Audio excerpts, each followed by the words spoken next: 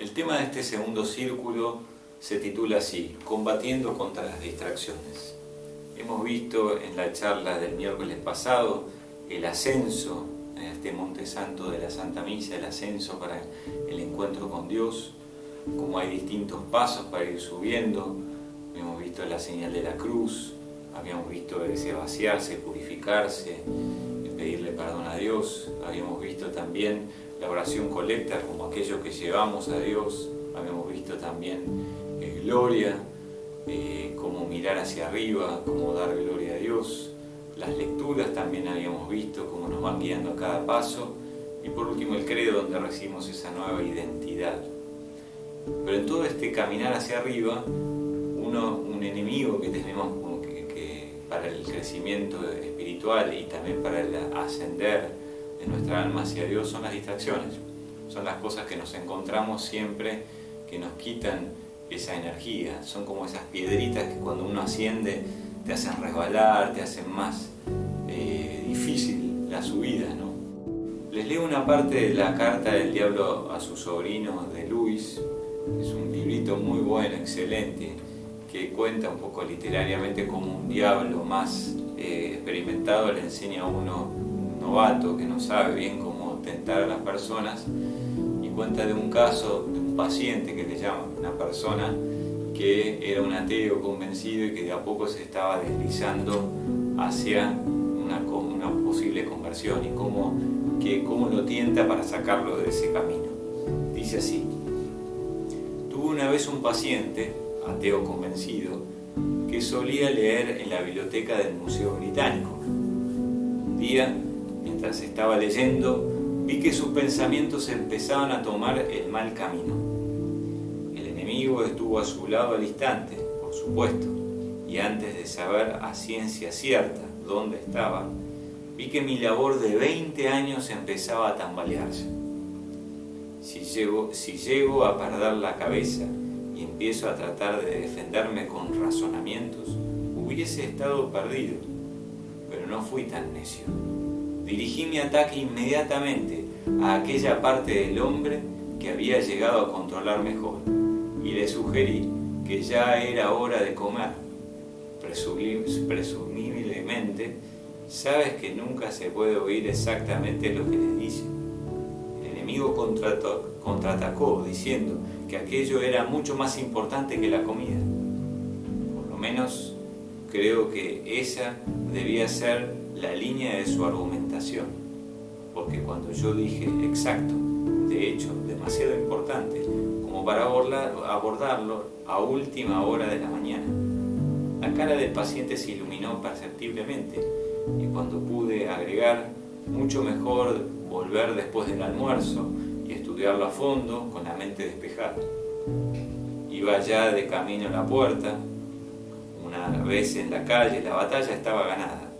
Le hice ver un vendedor de periódicos que anunciaba la edición del mediodía y un autobús número 73 que pasaba por allí, y antes de que hubiese llegado al pie de la escalinata ya le había inculcado la convicción indestructible de que, a pesar de cualquier idea rara que pudiera pasársele por la cabeza a un hombre encerrado a solas con sus libros, una sana dosis de vida real, con lo que se refería al autobús y al vendedor de periódicos, era suficiente para demostrar que ese tipo de cosas no pueden ser verdad.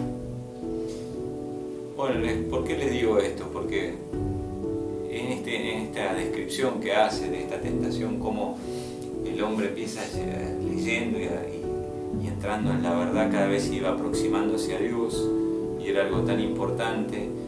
Él se dio cuenta que no podía argumentar con ideas, sino que tenía que ir a la parte más baja, la comida, que bueno, no este no era el momento, y después lo distrajo con el periódico, y después con el autobús, y después ya esa dosis de vida real supuestamente ya lo había sacado de esos pensamientos tan profundos que lo estaban llevando hacia Dios. ¿Y por qué les digo esto? Porque muchas veces el medio más poderoso para alejarnos de Dios son las distracciones. No es que uno piense que esto no sea verdad o no, sino que hay cosas y otros pensamientos, a veces que parecen más reales, o de la vida real, o de preocupaciones, cosas que nos van sacando de estos pensamientos profundos y de poder concentrarnos en Dios. Y por eso la distracción nos va sacando de la gracia de que Dios tiene para comunicarnos.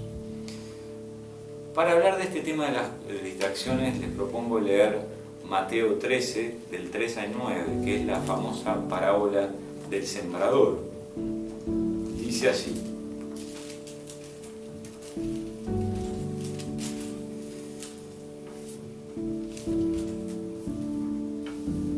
les decía, el sembrador salió a sembrar. Al esparcir las semillas, algunas cayeron al borde del camino, y los pájaros las comieron. Otras cayeron en terreno pedregoso, donde no había mucha tierra, y brotaron enseguida, porque la tierra era poco profunda. Pero cuando salió el sol se quemaron, y por falta de raíz se secaron. Otras cayeron entre espinas, estas al crecer las ahogaron. Otras cayeron en tierra buena y dieron fruto, unas 100, otras 60, otras 30. El que tenga oídos, que oiga. Me detendré sobre todo en esta parte de no de la tierra fértil, que es cuando uno ya conecta, sino es cuando estos distintos tipos de tierra que no están bien preparados para recibir la semilla de la palabra. Evidentemente, esta parábola nos dice que el sembrador salió a sembrar. Y les invito a considerar la misa como el momento en que Jesús más siembra en nuestra alma, donde Jesús siembra distintas gracias, distintos mensajes para nosotros y para cada uno. Y que ese campo donde siembra es nuestra alma, es nuestro corazón. Y por eso esta parábola dice que esa semilla tiene mucha fuerza, da muchísimo fruto, dice 60, 100, no, muchísimo puede dar, tiene mucho poder. Pero el problema que tiene la semilla y las cosas de Dios y las bendiciones que Dios tiene es que a veces hay cosas que impiden, hay cosas que no permiten que esa semilla entre en un terreno dispuesto para dar fruto. Y por eso nos habla de estos terrenos. En primer lugar, nos habla que cayeron al borde del camino. ¿Qué quiere decir al borde del camino? Generalmente al borde de un camino hay que nada crece, porque la tierra es tosca, lleno de la tosca, que es esa tierra que no es oscura, sino es la que se usa para los caminos de tierra. Ahí no crece nada. ¿Por qué? Porque es tierra apisonada, tan apisonada que no hay espacio para nada. Entonces no entran ni los nutrientes ni nada que pueda dar vida, ¿no? Es tierra sin vida.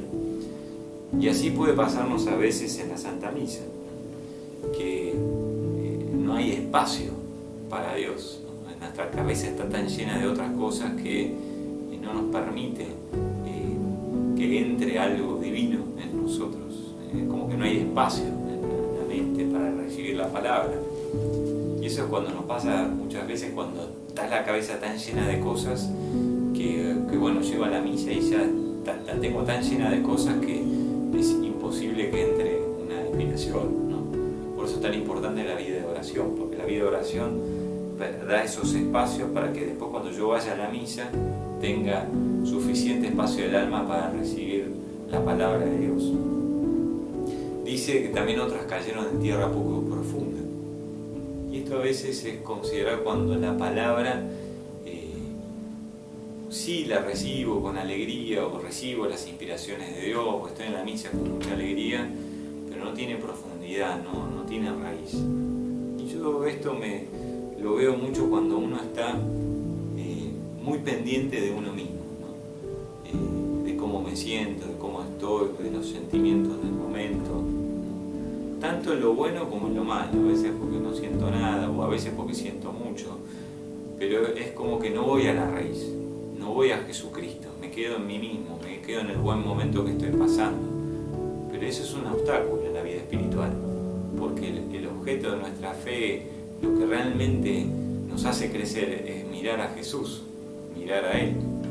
Dice la palabra que el Señor endereza a los que están encorvados, en Salmo 146, 8. Encorvados son los que están mirándose a sí mismos, ¿no? Los que se miran todo el tiempo a sí mismos. Eso es difícil.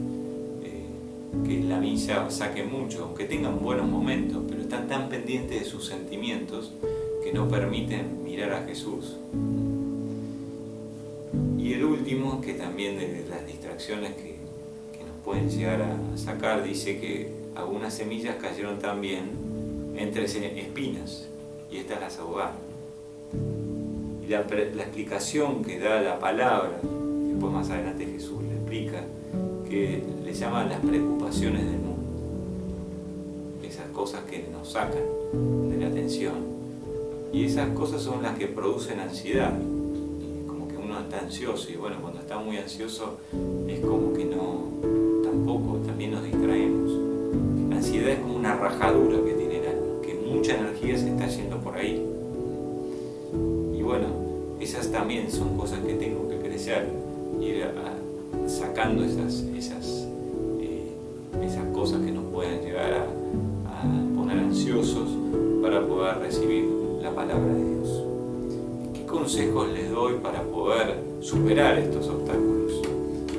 Algunas cosas prácticas. En primer lugar, todas estas cosas que vamos a ver son para cultivar una virtud que se llama el recogimiento. Podemos llamarlo el recogimiento como una concentración en las cosas de Dios. Ya la palabra te dice recoger, ¿qué quiere decir? Que la distracción es poner la atención en muchas cosas y como que se te va la energía en muchas cosas, y el recogimiento te concentra, o sea, va recogiendo todo lo que se perdió por el camino y concentrándolo hacia una dirección para que tenga fuerza. Entonces, hay tres tipos de recogimiento que me gustaría dar consejos. El primero es el recogimiento del cuerpo. El cuerpo necesita recogimiento. Por ejemplo, la posición del cuerpo es importante. Es importante estar derecho, ¿no? O no con las piernas cruzadas, ¿no? Porque todo eso es como que te va cerrando a Dios, ¿no? Las expresiones del cuerpo son importantes. Aprender a arrodillarse también. A veces le duele uno al principio, pero después, cuando uno se arrodilla bien, se da cuenta que el cuerpo está en recogimiento y es más fácil orar. Tarda un tiempito, pero después uno entra. Hay un hueso que se llama el sacro, ¿no? Que los monjes decían que es clave tenerlo derecho para poder tener una buena postura frente a Dios, ¿no? Y para poder lograr este recogimiento. También el lugar a donde te pones en la iglesia es importante, ¿no? Si te pones atrás, muy atrás, es muy difícil concentrarse, porque vas a estar pendiente de quién entra, entró y te das vuelta. En cambio, si estás más adelante es como que estás más protegido. Un segundo recogimiento es el recogimiento del corazón, y eso lo lográs sobre todo llegando un poco antes y preparándose un poco para ir como generando ese deseo de Dios. Hay una parte del librito de oración que es muy fuerte, que les comparto, que está en la preparación de la Santa Misa. Dice, y está muy buena porque te habla de este recogimiento del corazón. Dice: vengo como enfermo al médico de la vida, como impuro a la fuente de la misericordia, como ciego a la luz de la claridad eterna, como pobre e indigente al Señor del cielo y de la tierra. A través de todas estas imágenes, el Señor nos habla de una gran necesidad, ¿no? Venir con necesidad, porque si uno no va con hambre, si uno no va con necesidad, es como que tampoco recibe mucho. Entonces, el recoger el corazón quiere decir el desear mucho, el desear como un ciego a la luz, el desear como un pobre que le den algo, el desear como un impuro que necesita misericordia, desear como un enfermo al médico que te da vida, ¿no? Entonces, ese tiempo previo es muy importante. Y en tercer lugar, también el recogimiento de la mente. Saber filtrar preocupaciones que llevo o pensamientos muy persistentes que tengo, porque vos si voy a un examen, bueno, tengo un examen el otro día, bueno, eso lo voy a tener que tener en la cabeza todo el tiempo, entonces al principio es bueno como entregárselo al Señor. Bueno, estoy muy pendiente de esto, toma, te lo entrego, Señor, ¿no? Y considerar la Santa Misa como la actividad más importante